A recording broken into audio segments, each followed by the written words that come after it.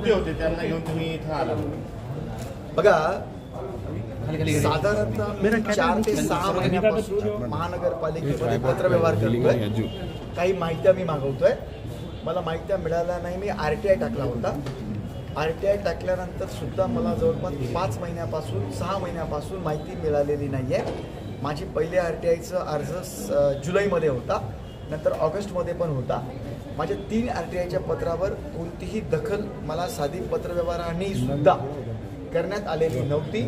म्हणून मी आज कॉर्पोरेशनमध्ये आणि गेल्या 8 दिवसापूर्वीपासून मी अधिकारी महोदयांना फोन करून सांगतोय, बाबा तुम्ही मी मागितलेल्या माहित्या तुम्ही मला देत नाही आहात. इतके दिवस झाले, ठीक आहे, राहून गेला असेल तरी द्या. तरी ते चालढकल करत होते. लवकरात लवकर अशी काही मुदतही देत नव्हते की मी 2 दिवसात देतो, 3 दिवसात देतो.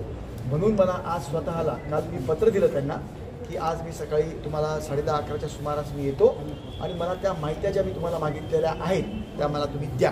तर त्या माहित्या आता जेव्हा आलो तरी पूर्ण माहित्या तिथं टेबलवर अपेक्षित असं आहे की त्या माहित्या आत्ता तरी मला आल्याबरोबर त्यांनी मला सुपूर्द करायला पाहिजे होत्या, परंतु त्या माहित्या अद्याप मला सुपूर्द करण्यात आलेल्या नाही आहेत.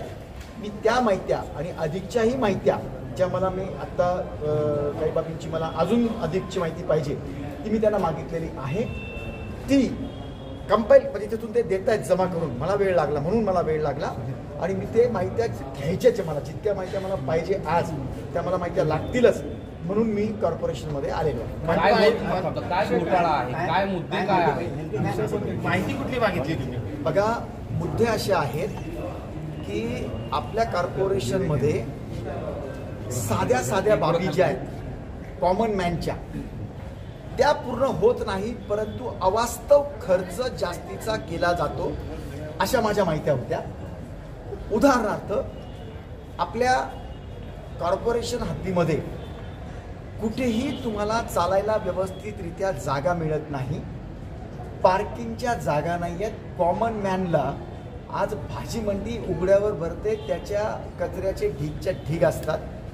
आज बिल्डिंग परमिशन मिळण्यामध्ये सुद्धा चार्जेस लावल्या जातात अशा माझ्या माहित्या होत्या.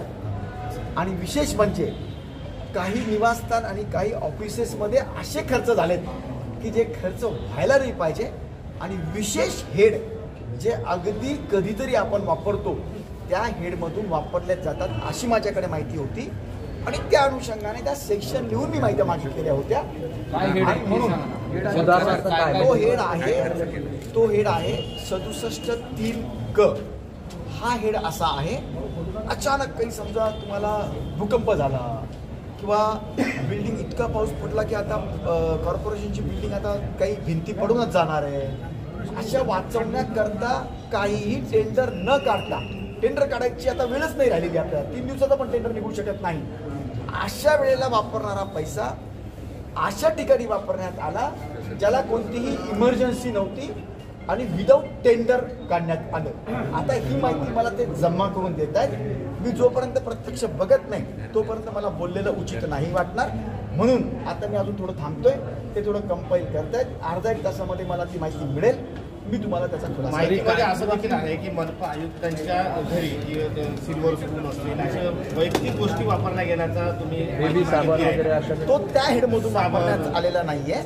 तो त्याच हेडमधून वापरण्यात आलेला नाहीये. आत्तापर्यंतची माहिती मी तुम्हाला सांगतो.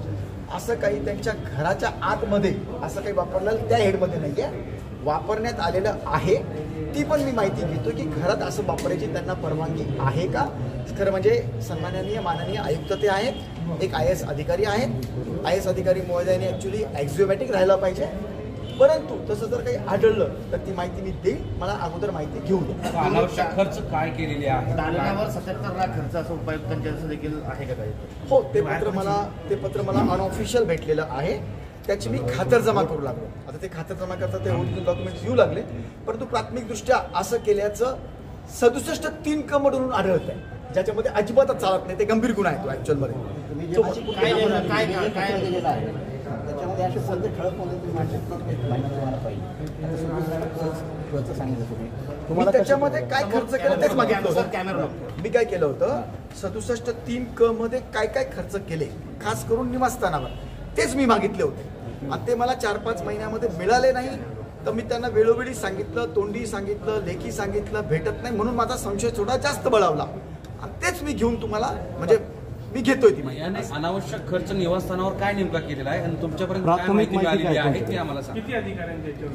बघा, माझ्या प्राथमिक माहितीप्रमाणे आयुक्त 1, आयुक्त 2, आयुक्त 1 आणि आयुक्त 2 यांच्या दालनावर आणि माननीय आयुक्त महोदय यांच्याही दालनावर त्याच सेक्शनमधून खर्च झाल्याची गंभीर बाब आत्ता तरी प्राथमिकदृष्ट्या मला कळते. थोडासा एक अर्धा 1 तास मला जर दिला, त्याचे झेरॉक्स माझ्याकडे होते, थोडं बघतो आणि मला मी जी आत्तापर्यंत मीटिंग घेतली त्यामध्ये त्या मला आढळून येतंय. एकदा पूर्ण कागद येऊ द्या, मी तुम्हाला सांगतो. किती लाख रुपये? साधारणतः 77 लाख रुपयामध्ये 2 दालनं आहेत, अतिरिक्त 1 आणि अतिरिक्त 2 आणि माननीय आयुक्त महोदयांच्या पण दालनावर जवळपास 23 लाख रुपयाचा तो खर्च आढळून येतो. पदाचा गैरवापर करून बऱ्याच गोष्टी केल्या तसं तुमचं म्हणणं आहे. हो, नक्कीच. पदाचा गैरवापर म्हणजे पदाचा गैरवापर तर आहेच, परंतु त्या सेक्शनचा अधिकार, कारण की ती सेक्शन अशी आहे 67(3) ग, त्याला टेंडर काढावं लागत नाही, अर्जंट, एकदम अत्यावश्यक, आणि त्याचा गैरफायदा जे बजेटमध्ये आपण दाखवू शकत नाही. कॉर्पोरेशनचं जे बजेट तयार होतं त्यामध्ये आपण ज्या बाबी दाखवूच शकत नाही, म्हणजे अंदाज येत नाही आपल्याला, आणि असं काही अचानक उद्भवलं त्या बाबी केल्या म्हणजेच तुमच्या आपत्ती व्यवस्थापना व्यतिरिक्त हा खर्च झाल्याचं इथं निष्पन्न होत आहे. जुन्या कालावधीमध्ये झालेला आहे कालावधी काय त्या काळामध्ये? या मी जे बघितलं ते 1-2 वर्षाच्या कार्यकाळामध्येच बघतोय. खास काय माहिती का, की सन्माननीय प्रशासक महोदय इथं जेव्हापासून आलेले आहेत ना, पाणी पुरवठा अगोदर जो 2-3 दिवसामध्ये भेटायचा तो आता 8-8 दिवस लागत आहेत.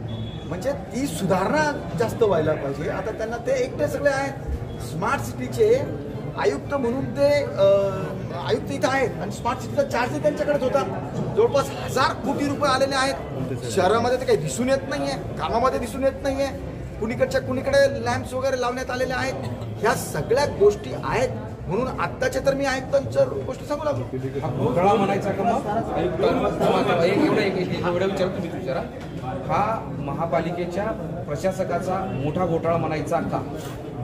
बघा, घोटाळा शब्द हा म्हणजे कॉमन वाटतो मला आणि त्याला काही इतकं हे नाही, परंतु असं करू नये. सन्माननीय हे बघा, माननीय IAS अधिकारी महोदय हे एक डिग्निटी ठेवून असतात, चांगले काम करतात. ते माझे बरेच मित्र आहेत, राज्यात देशात माझे बरेच मित्र आहेत, पण ह्या ज्या पद्धतीने वागतायत ना ते जनतेकरता बरोबर नाहीये असं माझं म्हणणं आहे. सर, एकच प्रश्न असा आहे, वागण्यावर आक्षेप आहे तुम्हाला? हा घोटाळा आहे का असा साधा प्रश्न आहे. काय वागण्यावर म्हणजे त्यांच्या बॉडी लँग्वेजवर किंवा त्यांच्या चालीवर नाही बोलत आहे. त्यांची प्रशासकीय वागणूक जी आहे, जी मला लेजिटिमेट पाहिजे माझ्या ह्याच्यामध्ये, त्याच्यावर मी बोलतो. माहिती मागूनही दिली जात नाही. लोकप्रतिनिधींना माहिती का दिली जात नाही असं त्यांचं म्हणणं आहे. 4-4, 5-5 महिने त्यांनी तुम्हाला काही माहिती मागवली आणि ती महापालिकेकडून मिळत नाही. सन्माननीय गंगापूर विधानसभाचे आमदार श्री प्रशांत साहेबांचं कालच मला पत्र टपालामध्ये बघितलं की त्यांनी RTI मध्ये मागितलेलं माहिती त्यांना खालच्या अधिकाऱ्यांनी दिले नाही. त्या अनुषंगाने आज महानगरपालिकेमध्ये अतिरिक्त आयुक्तांकडे बैठक बोलवलेली आहे आणि या संदर्भात ज्यावेळेला मी माहिती घेतलं असता की त्यांना माहिती दिली गेलेली नाही आणि हे कोणत्या अधिकाऱ्यांनी का माहिती दिली नाही हे आम्ही चौकशी करणार आहे आणि ज्यांनी माहिती केलेली नाही आहे त्यांच्या विरुद्ध आम्ही कार्यवाही प्रस्तावित केली. विधानसभेचे सन्माननीय आमदारांनी एखादा माहिती मागितलं, सर्वसामान्यांना तर RTI मध्ये तर सर्वांना माहिती मिळायला पाहिजे. जर माहिती नाही मिळत असेल तर त्याला एक वेगळी प्रक्रिया आहे, परंतु ज्यावेळेला सन्माननीय विधानसभाचे आमदार साहेबांनी जर एखादा माहिती मागितली आणि तो अधिकाऱ्यांनी जाणून बुजून जर लपवलं असतील, हा चौकशी केलं जाईल आणि चौकशी करून जे कोणी अधिकारी दोषी असतील त्यांच्या विरुद्ध कारवाई केली. त्यांचं असं म्हणणं आहे की पहिला असा प्रश्न आहे की आपल्या घरामध्ये आपण काही खर्च केलेला आहे जो आपल्याला नियमानुसार करता येतो का, जसं की टॉवेल असेल, बेडशीट असेल, इतर घरगुती सामान असेल, अशा सगळ्या गोष्टीचा खर्च आपल्याला करता येतो का नियमानुसार सरकारी पैशातून? त्यामध्ये सरकारी निवासस्थानामध्ये एक व्हिजिटर्स कॅबिन पण असतो, कारण महापालिकेचं आयुक्त हा 24/7 सेवेसाठी असतो ते काय त्यांनी पुरवठा केलेले आहे ते आम्हाला पण माहिती मिळेल, कारण ते रेग्युलर प्रक्रियामधून विषय जात असते आणि मी पण तपासलं जाईल आणि जे काही योग्य असेल त्याविरुद्ध कारवाई केली. नाही, त्यांच्याकडे जी माहिती आहे त्यानुसार बेबी सोप म्हणजे मुलांचे साबण असतील आणि प्रत्येक महिन्याला 95 गुड नाईट, त्यानंतर हात पुसायचे टॉवेल, डिनर सेट, त्या आणि इतर झाडू, या सगळ्या गोष्टी आपण महानगरपालिकेच्या खर्चातून केलेल्या आहेत. नाही, बिलकुल नाही. हे सर्व आमच्या घरगुती सामान आम्ही वापरतो. कुठलाही महापालिकेचं निधीतून आम्ही कुठलाही असे खर्च करत नाही. जे काही ते कोणी महापालिकेचं निवासस्थानाच्या नावाने कोणी घेतलं असेल त्याविरुद्ध कारवाई केली जाईल. आणि विशेष करून आम्हाला पगार मिळतो आणि त्या अनुषंगाने आमचं सामान आहे, आम्ही ज्या वेळेला सामान घेतो आमचं नाव लिहून घेतो की जसं माझ्या बायकोने जे जे ताट घेतली, जसं ग्लास घेतलं असेल त्यावर आम्ही जे नाव लिहून घेतो की जे आता त्यांचं नाव लिहून ते ठेवलेलं असतं. आणि बाकी जे साहित्य आहे तो निवासस्थानाची साहित्य आहे आणि साहित्य ज्या वेळेला आम्ही कुठल्याही पद्धतीने ज्या वेळेला एक ठिकाणाहून दुसऱ्या ठिकाणी जातो ते सर्व तिथेच असतात. काही सामान जे आहे निवासस्थानामध्ये, जे कपाटा असतील किंवा काही असतील तो निवासस्थानासाठी. बाकी जे आमच्या घरगुती सामान आहे जे आम्हाला लागतो, आम्ही 2 मुली आहे आणि आमचं परिवार आहे, जे लागतील ते लागतील. त्यांनी जी माहिती दाखवली त्यामध्ये प्रत्येक घेण्यात आलेला आहे. नाही, मला पण माहिती नाही. जे आम्ही माहिती घेऊ कोण घेतलं, कशासाठी घेतलं त्याविरुद्ध कारवाई. बरं, आपल्या बागेमध्ये त्यांचं असं म्हणणं आहे की आपल्या छोट्या बागेमध्ये आपण 1 लाख रुपयांचं शेणखत टाकलं, जे की शेतकऱ्यांना 8 एकरसाठी 1 लाख रुपये खर्च येतो. याची वस्तुस्थिती काय? मला माहितीच नाहीये. ज्यावेळेला हा माहिती सरांनी काय मागितलेलं आहे आणि त्यावेळेला मी बघितलं जाईल आणि त्यानंतर ते, कारण ते जे बागा आहेत ते बागेचे डिपार्टमेंट, गार्डन डिपार्टमेंट आणि त्यानंतर सिटी इंजिनिअरिंग, त्या ठिकाणी त्यांचं वेगवेगळ्यामध्ये सर्व काम होत असतं आणि कोणीही ज्या ठिकाणी अनावश्यक त्या काही टाकलं गेलं असेल ते चौकशी केली. बरं, उपायुक्त जे आहेत, 2 उपायुक्त आयुक्त यांच्या कॅबिन रिन्यूवरती लाखो रुपये खर्च करण्यात आले असं त्यांचं म्हणणं आहे. म्हणजे 2 उपायुक्तांच्या कॅबिनसाठी 77 लाख रुपये या ठिकाणी खर्च करण्यात आले रिन्युएशनसाठी. हा इमारत एकंदरीत ते फार जुनी आहे आणि या ठिकाणी वारंवार हा इमारत कधीही रिनोव्हेशन केली गेलेली नाही आणि ज्यावेळेला रिनोव्हेशनसाठी जे नियमानुसार खर्च होतो त्या अनुषंगाने केलं असेल. 77 लाख रुपये 2 cabin. That has to be verified technically आणि जे टेक्निकल डिपार्टमेंटनी जे काही चौकशी केली आणि त्यांनी एस्टिमेट बनवला आणि ते अधिकारी तो आम्ही विचारणार की बाबा ते बरोबर आहे का, किती काम झालं, काय झालं आणि किती खर्च केला, त्यापेक्षा बरोबर खर्च केली गेली का, किंवा कारण कायमस्वरूपी ह्या गोष्टी असतात. कारण कुठल्याही सरकारी खर्चावर अनावश्यक खर्च केली गेलेली आहे का किंवा आवश्यक खर्च केली गेलेली आहे, त्या गोष्टी तपासली जाईल. Thank you sir.